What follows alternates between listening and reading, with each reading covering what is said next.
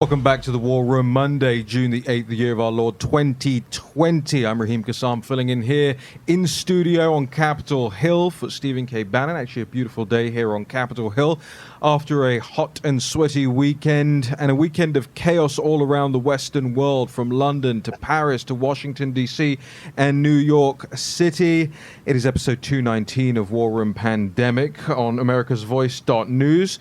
We love the roundups that Newsmax puts out in the evening, so credit to Newsmax on that. The John Fredericks Radio Network, FM 99.1 and 103.9 in Chicago, and blown through the CCP's firewall in China, thanks to G News and GTV, subtitled in Mandarin. So the Lao Beijing, the old 100 names, can benefit from everything that you guys have the benefit of here in the United States and well beyond in the Western world as well. Shout out to all of our international audience. I know there are many of you out there. We thank you for sharing the show. We're delighted to be joined now in this hour by Dr. Michael Pillsbury, one of the most fantastic minds, the CCP, the author of the 100-Year Marathon. Stephen K. Bannon also joining us on the line now. Steve, I want to throw it to you and Dr. Pillsbury. Yeah, I want to say, Raheem, before I go to Dr. Pillsbury, and by the way, for the second hour of the show, our Chinese hour, we focus on all things China. I've got the flag of the new federal state of China up in back of me. It's a beautiful flag. It's very symbolic. We'll try to put some of the symbolism up today. I want to ask Raheem, where do we stand in the poll? Is America descending into chaos? What's the current status of that? How many people have voted, and what are they telling us? That is a good question. I'll have you an answer momentarily, Steve. We are looking at 3,000 votes in the poll right now. 54%, 53.8, 54% of people say yes, the United States is descending into chaos right now. No says 35% of people, and 11% still unsure as to whether or not this is the descent into chaos. I want to spend part of this half hour we got with Dr. Pillsbury talking about the Cultural Revolution and his thoughts about it, because he's one of the biggest experts in the world. But first, it's a great honor to have Dr. Michael Pillsbury to join us today for the first time on War Room Pandemic. Dr. Pillsbury, the very first book that we got from President-elect Trump during the transition to read was the 100-Year Marathon. And the reason was, it is, I think, the most important book that's been written really as a response to unrestricted warfare, but all things China. It's a seminal work. It's had a huge impact on this administration. I think now you're seeing it start to have a huge impact on Capitol Hill and among American elites. Dr. Pillsbury, it's already been one of a big bestseller to our global audience. And one of the questions I get all the time, since it was such a different take on where things were, you're a China expert. You speak perfect Mandarin. Walk us through what was it that got you, at what point, and what drove you to actually take the time to do all the research, the analysis, and actually write the book. Put us back in the room when you decided to write it, and walk us through your writing process and your research process. Thank you, Steve. The whole issue of the book began using a term President Trump might use, of the problem of fake history. There's been so many books, let's say more than 20, written about U.S.-China relations since 1972, President Nixon's visit, that cumulatively were providing a false narrative about what was happening in the relationship. So at the encouragement of Andy Marshall and a unit at the CIA called the Foreign Denial and Deception Committee, and a third group, I was told, you can declassify, you will be given permission to reveal quite a few documents that earlier had been top secret in order to write this new history of the last 50 years, with special focus on what the Chinese strategy was and how it succeeded in getting capital, technology, markets, people, all kinds of resources from us in a deceptive manner that they were going to change into a democracy and free market. So this story is what the 100-Year Marathon is about. The documents are footnoted carefully. Unfortunately, some of my best material, CIA and FBI decided was still not quite ready to be made public. So I'm working on a fourth book now that continues the story. The focus really is the Chinese strategy toward America and how they got what they wanted while we engaged in both self-deception, wishful thinking, but also how we were tricked at some essential points during the last 50 years, particularly in the very beginning, 1971, 1972, when I'm sorry to say Henry Kissinger started some false assumptions about U.S.-China relations that continue to this very day. So the challenge that you, Steve, faced during the transition is how could you get fresh information and accurate history and understanding of Chinese strategy from the people who had been deceived all along, or those who were on board helping Beijing.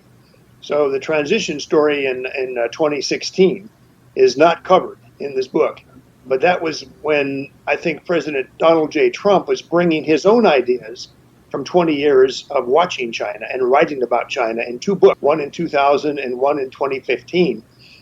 Donald Trump's ideas about China actually paralleled, for different reasons, the story that the formerly classified American documents showed to be the case. And also, the book contains a lot of internal secret Chinese materials from 8 defectors who come from high levels of the Chinese government and the party.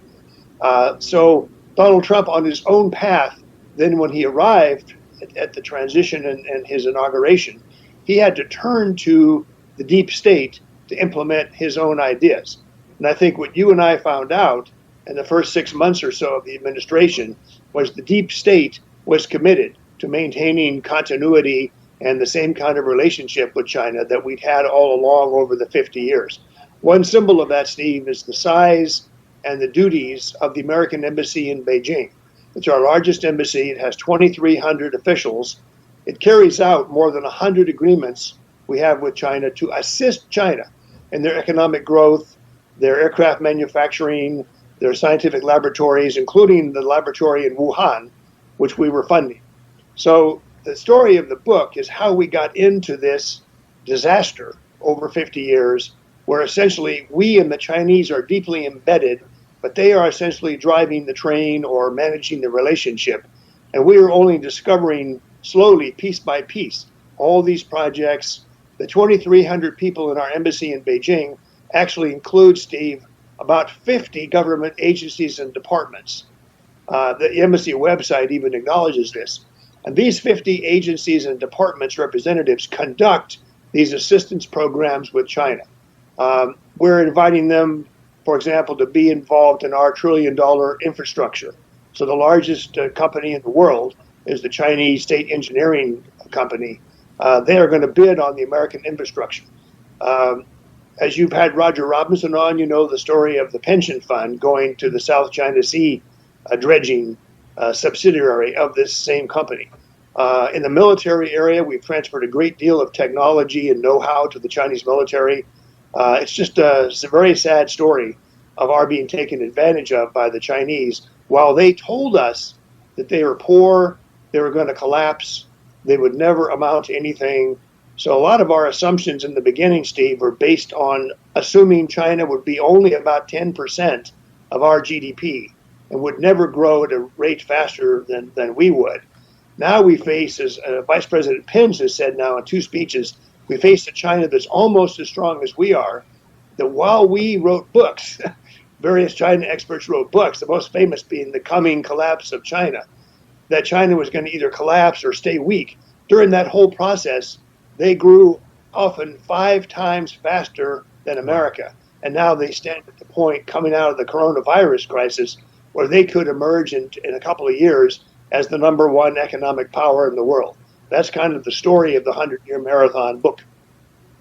Dr. Pillsbury, Dr. Pillsbury was central to the transition effort, actually was part of a senior member of the China team for the first couple of months of the administration, and now is considered President Trump's senior advisor on all things China on the outside, and someone that President Trump really listens to and takes into account what he has to say. A couple of things I want to go back there is very important. Number one, I think when I first saw the book, and I'd been in the Pentagon as a junior naval officer after coming off of sea duty in the South China Sea back in the early 80s. In fact, I showed up on the day. Not so junior. You were an assistant to the Chief of Naval Operations, Admiral Hayward. He's a friend of Bannon. Yes. Great man, and but I was a junior officer. But in that building, there is a legendary figure that helped President Reagan really shift the entire mindset, even of the Pentagon at that time, and the entire national security apparatus about confronting the Soviet Union and the whole "we win, they lose," and that's Andy Marshall. Andy Marshall is one of the great unsung heroes in a modern America. When I think people saw that Andy Marshall had sponsored the book, that got people's attention. That, this guy, Dr. Pillsbury, very knowledgeable, but all of a sudden, Andy Marshall's in the back of this, and in the intelligence apparatus in the back of it. I want you to tell the audience, we've got a couple minutes left in this segment, but then in the next segment, is that what were the initial mistakes that Kissinger made? Because the power of your book, you say it's a 100-year marathon. You got to quit thinking in news cycles. You got to quit thinking in 24-hour periods. The Chinese have a very different way that they look at the world, and the CCP is just a continuity from the great imperial power of China. So what were the mistakes Kissinger made early on, and why did the American establishment totally buy into that narrative, quite frankly, until your book came out and then Donald Trump became president? Well, Henry Kissinger has changed his mind about China, thank God. In his own book in 2011, he begins to reveal a number of the mistakes he made much earlier that he'd addressed in his first 4 books that talk about China. So he's engaged in kind of a quiet self-confession himself. There are 2 errors he made.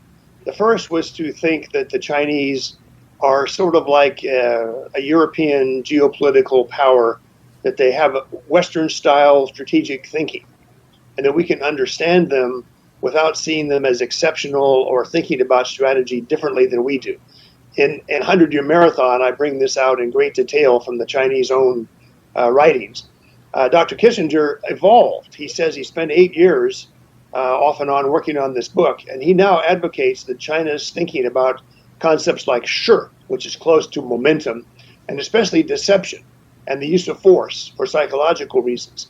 He now makes this a highlight of his book in 2011. So it's a partial confession. More importantly, he now acknowledges that, and I make an even bigger deal of this in 100-Year Marathon, America did not open China. Everybody thinks Nixon and Kissinger somehow opened this angry, isolated, closed China, and obviously had to make some concessions in doing it. That's totally false. The Chinese opened America. They had meetings of their military. They advised Mao what to do. Kissinger admits in his book that 5 times the Chinese knocked on the door, his door, Nixon's door, please, let's have a Nixon visit to China. 5 times the American side refused. So when they did open the door to us, the Chinese had an agenda. They wanted technology, capital, markets. They relentlessly pursued that for 40 years while we did not think they were doing it. A very sort of widespread view of China, Steve, something the Chinese themselves say, Andy Marshall focused on very early. The Chinese say, we have no strategy. We don't even know what grand strategy is. We are just feeling our way, crossing the river, stone to stone. Don't worry about us. We'll never amount to anything. Dr. Pillsbury, Dr. Kissinger, we're up against we're up against a break here. Just hold that thought. We're going to come back with you. We can hold you over the break if that's possible, please, Dr. Pillsbury. Absolutely integral stuff that the audience all needs to know. Make sure you're sharing this out. It's a great privilege to have Dr. Pillsbury on the line right now. We're going to come back with more War Room Pandemic with the whole team. Dr. Pillsbury, Stephen K. Bannon, Raheem Kassam, Greg Mans, Jack Maxey, producer Vish, hashtag War Room Pandemic. Just a moment.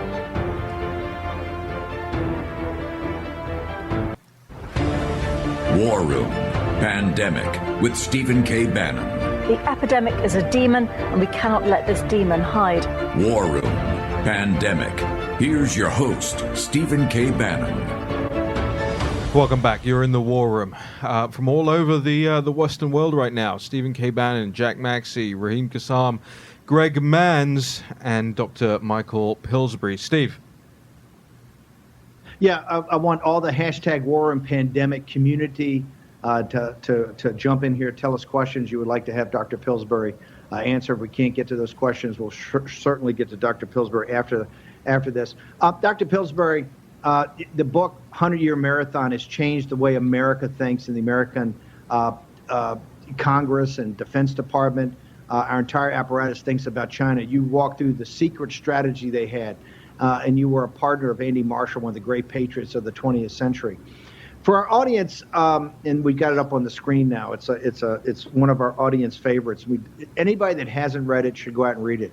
Dr. Pillsbury is a senior outside advisor to President Trump right now on all things China, and there's a reason for that. He understands China, he understands the Chinese, and his book is a seminal work. Dr. Pillsbury, one of the things that's evident in your book, and I don't think the American people quite understand into depth, is the impact the Cultural Revolution had on the Chinese mind in modern China. And today, are there any parallels? But I'd like to start first. What was the Cultural Revolution, and why has it had such a big impact on modern China? Well, the Cultural Revolution can be thought of as a power struggle. A team of Chinese leaders had decided to isolate Chairman Mao and pursue a different course entirely. They referred to it as the second line.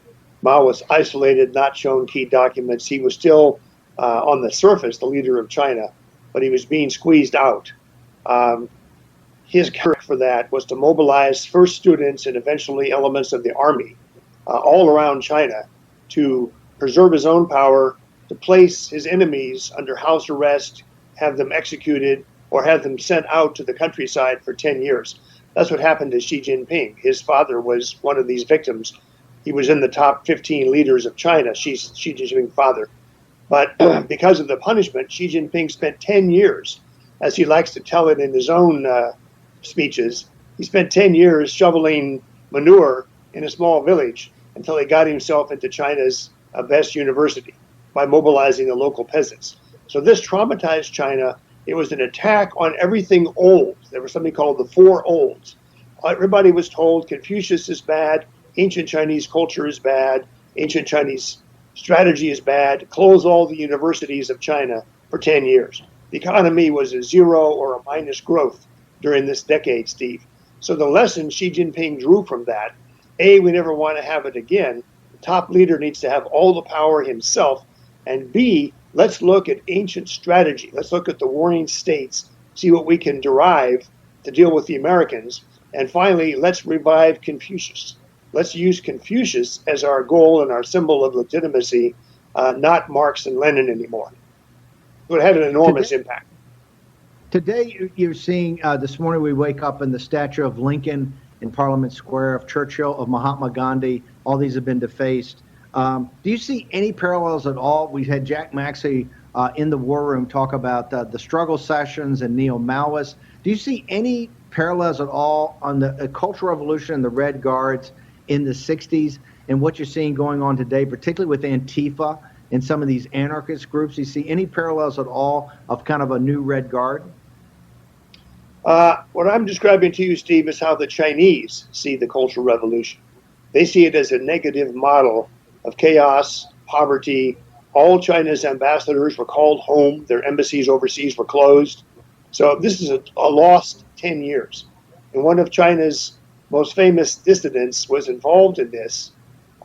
He formed in 1989 after Tiananmen. He went to Paris, France with his followers and created kind of a federated democracy organization, trying to organize the exiles and the students from the Cultural Revolution. He wrote a book about it. He wrote the definitive 2-volume study of the Cultural Revolution. He lives here in D.C. now. So that's the lesson the Chinese take from it. Others, left-wing operations and rioters and looters around the world may be inspired by it themselves, but that's their perception. It's not how the Chinese see it. Let's turn to the president. You've been the senior outside advisor to the president. Your book is in response, some of it's in response to unrestricted warfare, which talks about information war, economic war, and Yes. kinetic war. Where do you think, you've been at the vanguard of thinking on this, on the information war and the economic war, and I realize I'm kind of the considered one of the ultra hawks, but I've been saying, hey, we're not in a cold war, we're in a hot war. They're in a hot war with us, information war and economic war. Where do you come down on this? Because you're really the guy that I think first exposed the West in a broader sense to the whole thinking behind unrestricted warfare. Well, what Andy Marshall told me to do, he said, we don't understand Chinese strategic thinking. I want you to go to China. It ended up being 50 visits. I want you to meet the hawks. I want you to meet the authors of Unrestricted Warfare. I want you to use the contacts you used when CIA and the Chinese cooperated to drive the Soviets out of Afghanistan. I want you to see those generals and senior intelligence officers and their think tanks and write me a series of reports about the Chinese strategic mind. Actually, it became 3 books. 100-Year Marathon is the 3rd of the books. The concept the Chinese have is that warfare is not just combat of tank against tank. It's a comprehensive, so-called unrestricted approach. Those 2 colonels I became friendly with. I've had many dinners with them. They feel that they are moderates, that unrestricted warfare does not represent the real hawks of China. So I said, well, I need evidence. I need some books for the Pentagon Library. So over a 15-year period, the Chinese would give me books on what they thought were more representative of the hardliners in China. This was not a secret intelligence collection. This was an open source collection. And all those Chinese books have become the basis for my 3 books, and also other people have been shown this material. But warfare is more like what you're talking about, Steve. It's comprehensive. It's not combat. And one of the things they went after that nobody believed at the time were weapon systems that were cheap but could cripple American forces. 2 of them were anti-satellite weapons in space, the ability to maneuver satellites and also to fire lasers from the ground. The other thing was to have a missile that can go out 1,000 miles, come in at Mach 5 or 6 above an aircraft carrier, maneuver to hit the carrier and destroy it. In both those cases, the consensus was Dr. Pillsbury is totally wrong. These Chinese books are false, and this will never happen. In both cases, it's now happened. They have hundreds of these anti-aircraft carrier missiles, according to Pacific Command, as of about 7 or 8 years ago. And their activities in space, I think, inspired President Trump to create the Space Force. There's no threat from other countries other than mainly China that justify the Space Force's creation. So these hardliners, in their effort to show that they were smarter than Americans, provided me all these books. And that's one of the bases of evidence, a 100-Year Marathon. Dr. Pillsbury, just got a couple minutes left. Right now, if you had to do an assessment for the American people of where the Chinese are, do you think more of the hardliners are now calling the shots, or the reformers that worked with you and other people trying to get the trade deal done? Who do you think's actually in charge? Where's the momentum coming out of Beijing? Well, Steve, that's an excellent question. It's the number one question. You may have heard Ambassador Lighthizer say that the implementation of the trade agreement depends on the reformers in China. But the reformers in China are weakening. The hardliners have focused on the economy, the state-owned enterprises, how to raise productivity, how to steal more of our technology, you might say. So I would say the balance is not hopeless. The reformers aren't all dead and in jail. They're still influential, especially this gentleman, Liu He, and his so-called Committee of 50 Economists he formed. They want more of a free market in China. They want defense spending to go down. The Trump administration's China strategy depends on the hardliners not taking over, but the hardliners are definitely far more powerful. In fact, Steve, one of the Warring States' strategic bits of advice from 2,500 years ago is tell the other side stories that you're weak, backward, and have no ambition. This will lull the Americans into complacency. And some would say this has worked very well. This is part of the hardliners' toolkit to tell us don't bother about China. We are going to collapse. They actually fed the Americans who said China is weak and about to collapse. They fed them data 15, 20 years ago, which was totally false. China's closing in on us. One of the most powerful themes President Trump has used is to say that if I weren't your president, if Hillary had been elected or if Joe Biden gets elected, China will surpass us for sure. So President Trump does not believe in the he can collapse thesis at all. He believes in China's closing in on us, and we've got to take serious measures to remain number one. I think he gives you credit for that, Steve. During the campaign, you brought polling data to his attention that the American sort of swing vote did not like to see America portrayed as losing and becoming number two in the world. So that's your contribution. I think it's one reason the Chinese respect you, Steve.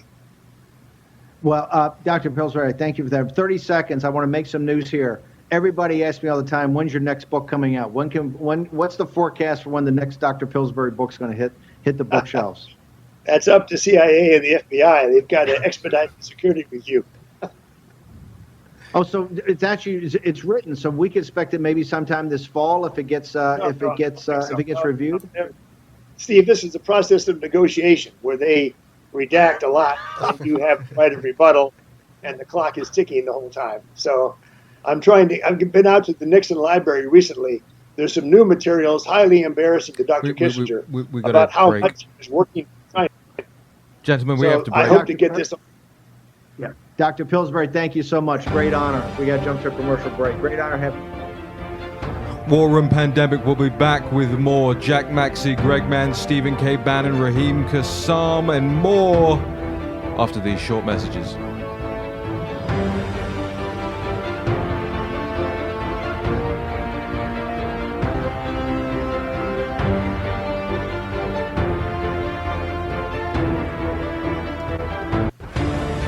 War Room Pandemic with Stephen K. Bannon. The epidemic is a demon, and we cannot let this demon hide.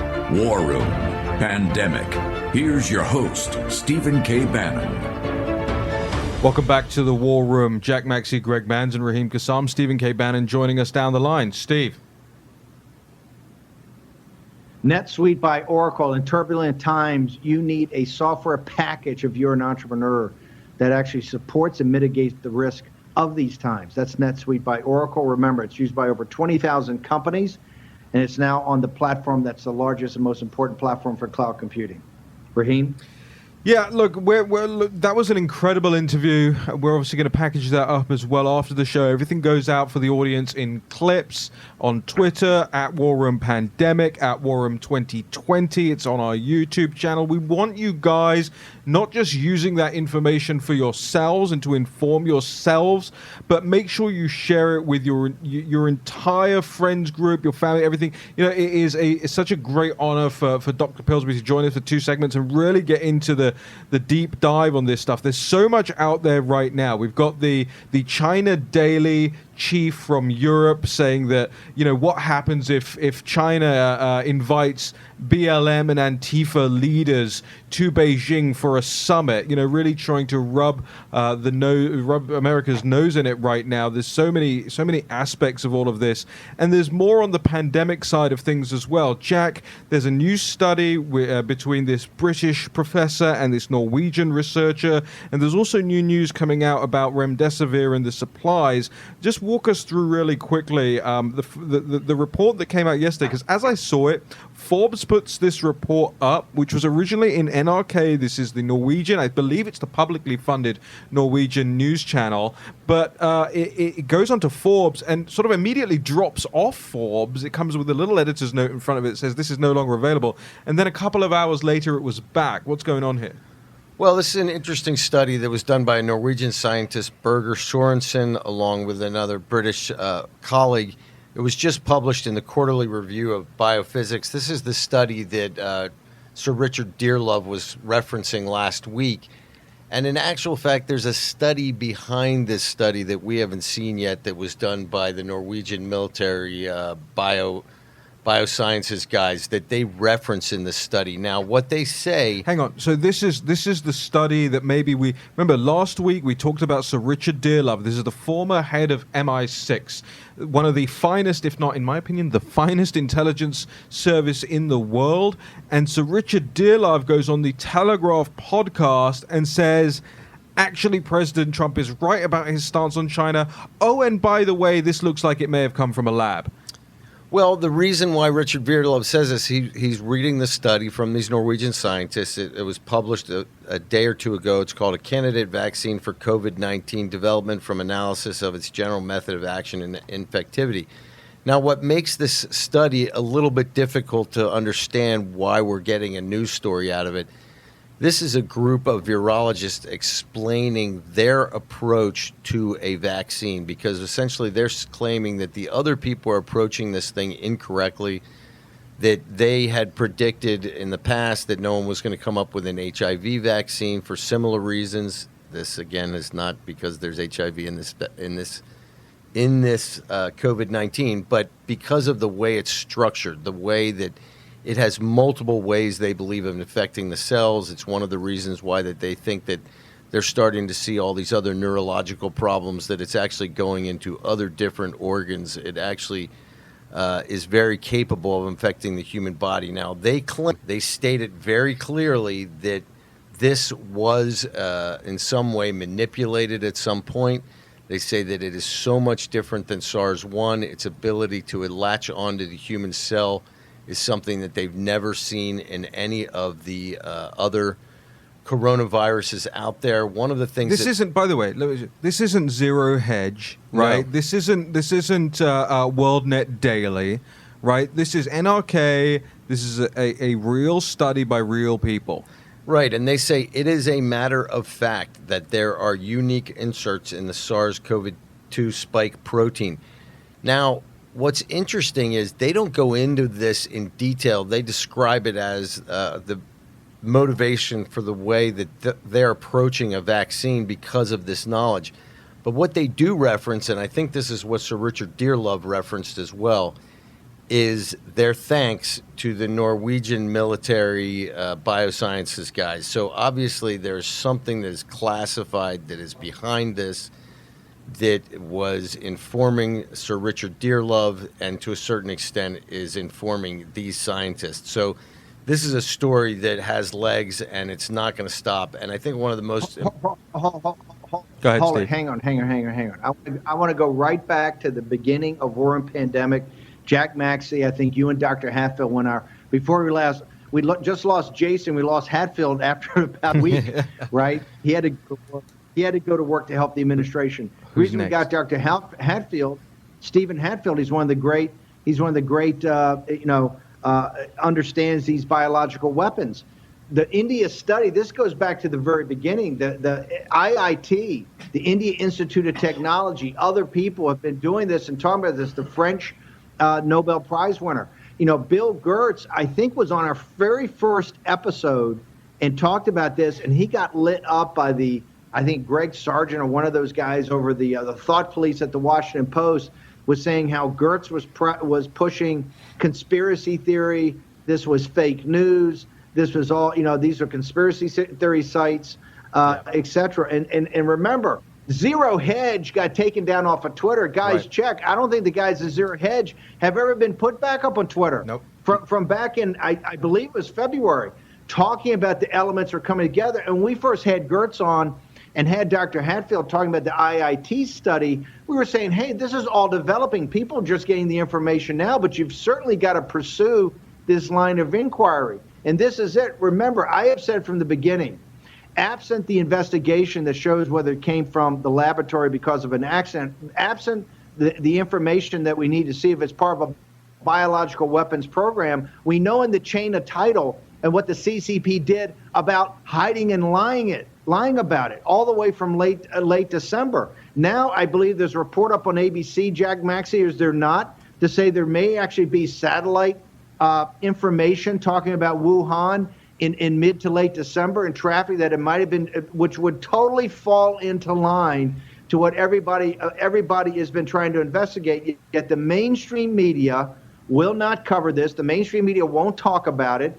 We have, 105 to 110,000 casualties, American casualties. We're in the streets arguing and fighting over Mr. Floyd's murder, which the peaceful protesters are absolutely 100% have that right, and they should do that.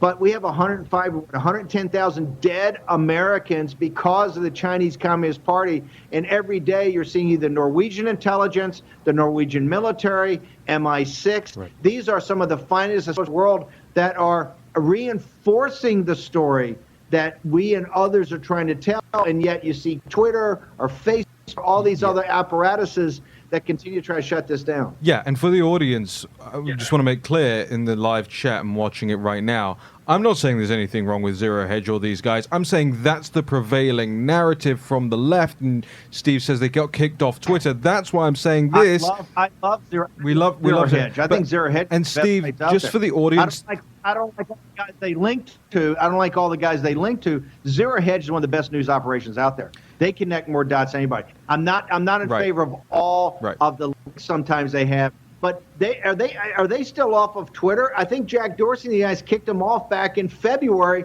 exactly about this story. They they aggregated up the information that was out there. Yes.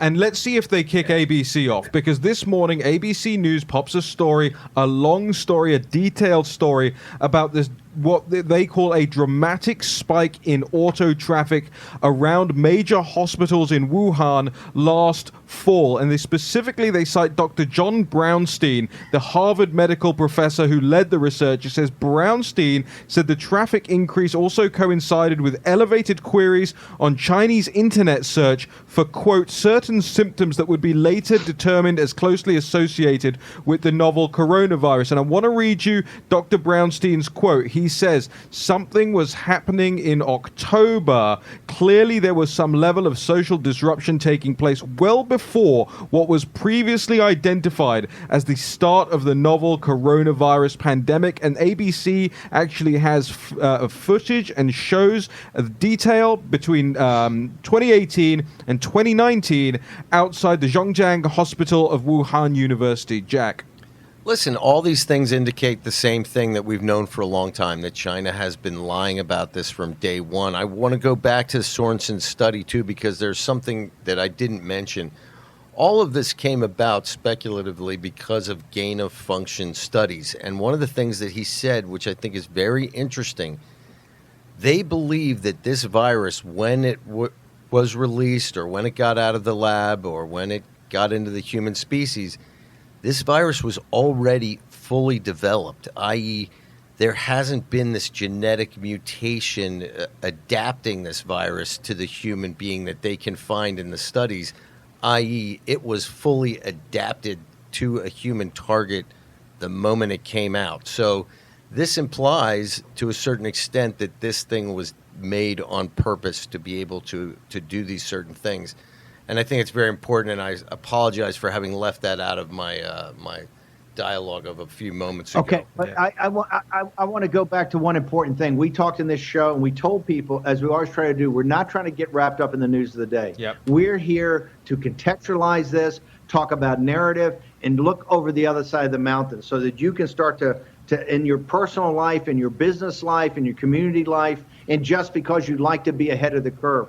We talked about gain of function, I think 2 or 3 months ago, and we said this piece of nomenclature is something, if you're in the war room pandemic community, learn about this, because this is going to be quite important later on. Correct me if I'm wrong, Mr. Jack Maxey.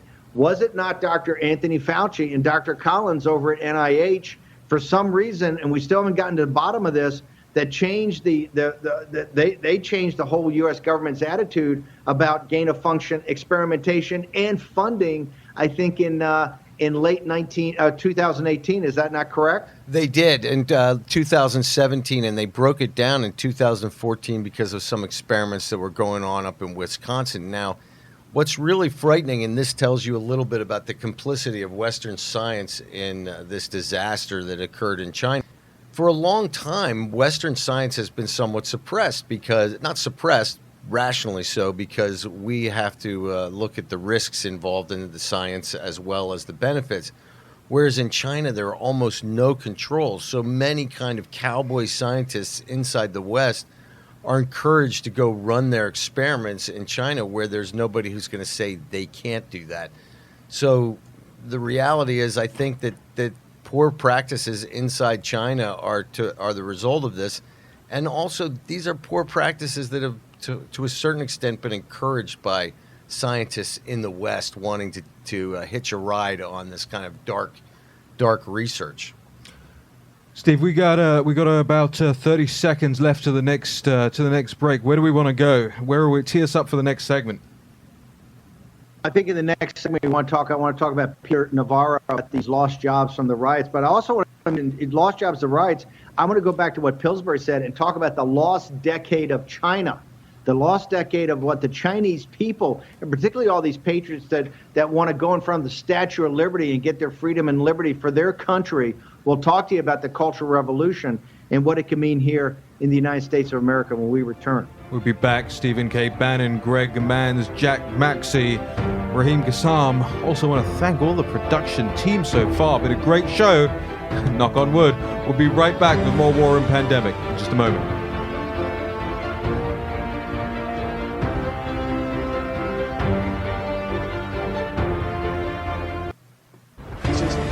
War Room Pandemic with Stephen K. Bannon. The epidemic is a demon, and we cannot let this demon hide. War Room Pandemic. Here's your host, Stephen K. Bannon. Welcome back to the War Room from here on Capitol Hill to Stephen K. Bannon on his boat. Steve.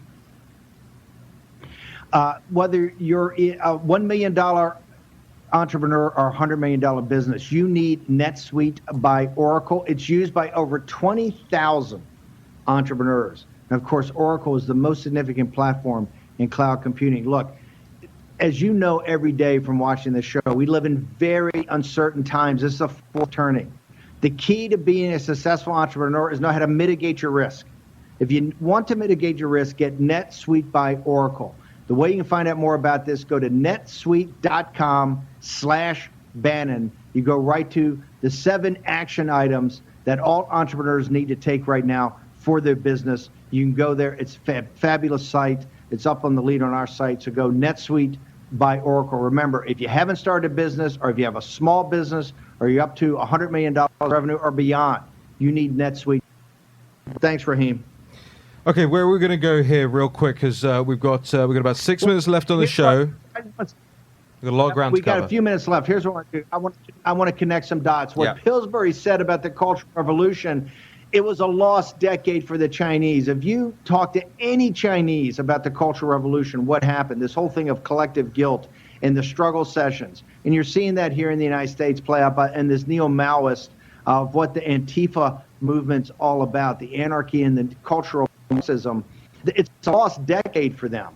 And you can see right now, I want to play this. Can we play the clip by Dr. Peter Navarro about what the looting and the rioting does to working class Americans? Let's roll the clip. Boarded up places. And let me do a little math for you, a little arson and looter math for you.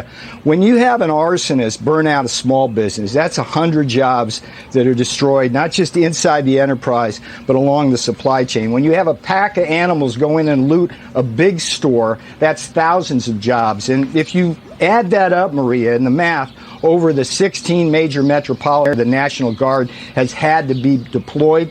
That's almost 2 million jobs that are being impacted at a time when China has put 40 million Americans out of work and killed 100,000 Americans. And so the point, I think, here is that this is a time to be opening our businesses, not bringing them down, not turning our major metropolitan areas into theme parks for arsonists and looters. And I blame...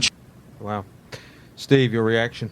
Now, look, I don't agree. I love Peter Navarro. He's a close friend of mine. I don't agree with the description of the looters, but I think their behavior is unconscionable.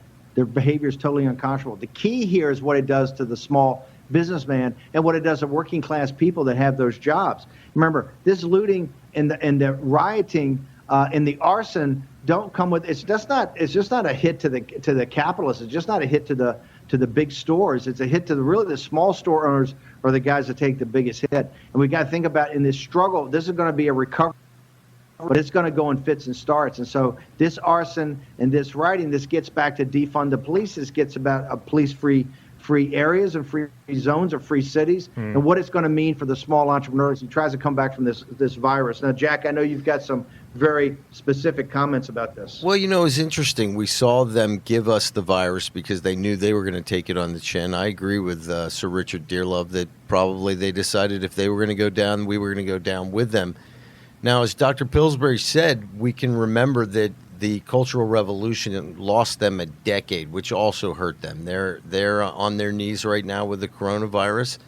And I think that they're probably encouraging the kind of protests in the United States that we see great parallels to the Cultural Revolution, because they want us to lose a decade. They are always operating to undermine us, to undermine our institutions, to undermine our courage, and to undermine our optimism in really what is a tremendous country. So people need to wake up to that, I believe.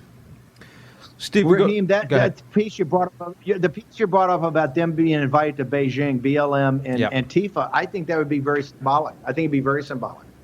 Yeah, I think that's right, and you know, on the back of that, we also have to look at where the Democrat Party is sitting on this as well. We've seen Jacob Frey, the mayor of Minneapolis, being challenged out of one of the protests, and we've seen Joe Biden taking a knee. But Greg, tell us about the latest data from the new CNN SRS poll, something that nobody else seems to have caught yet. So a fascinating data point from this poll by CNN. If you look back to the same methodology back in April, only 50% of Joe Biden's supporters were enthusiastic about going to the polls for him in November. Conversely, he's now sitting at 69% enthusiasm amongst his supporters, which is a massive spike. Steve, that's a huge jump. What do you make of that? That's more important than the 14-point lead. This is what I'm saying. This is what Greg is so great at, is that you get below these polling and start to look at the crosstabs is where you really find the meat. And I got to tell you, for our audience, that's much more important than the 14-point spread that Biden has over President Trump on a national level. To me, the two levels to look at is the approval level for President Trump that's like fluctuating between 38 and I think 42, 43%. How you get that up, and the other is the intensity factor. That is a stunning number, Greg. You've worked in polling long enough to know that. That's the one that you brought up, and to me, it's like, wow, that's something that's going to have to be dealt with, because traditionally President Trump's base, the hashtag War Room Pandemic posse, are the ones that are always more intense for President Trump, and there's really been a lack of intensity for Joe Biden, particularly among the Bernie folks. I mean, the Bernie contingent of this has really been very lukewarm about Biden, and yet you see this number, and that is a massive spike from 50% to 69%. I don't know if I've ever seen that percentage increase in intensity on a guy that's that well known as Biden. I mean, it may be, and sometimes on unknown politicians you see it, Greg, but it's a pretty stunning development, and I think that's something that Jason Miller and the crowd over at the campaign are going to have to get very focused on very quickly. Yeah, absolutely. Steve, we've got about 30 seconds left here. Any final thoughts before we close out? Well, we have Bob Davis and Ling Ling Wei from the Wall Street Journal tomorrow, and another big interview about their new book, The Clash of the Superpowers. Can't wait to do that. You guys did a great job today on production on just to make this all work. So fantastic. Let's keep it rolling as I beam in from my remote location. You know, we like to make life as hard for ourselves, but especially for the production team as possible, and they've done a great job. And I want to say thank you to this audience for sharing everything, making us one of the top shows in the country. Make sure you're subscribed to everything, pandemic.warroom.org. You'll get Greg Manns' show notes after the show. We'll be back tomorrow. More War Room Pandemic. Raheem Kassam, Stephen K. Bannon, Jack Maxey, Greg Manns. See you then.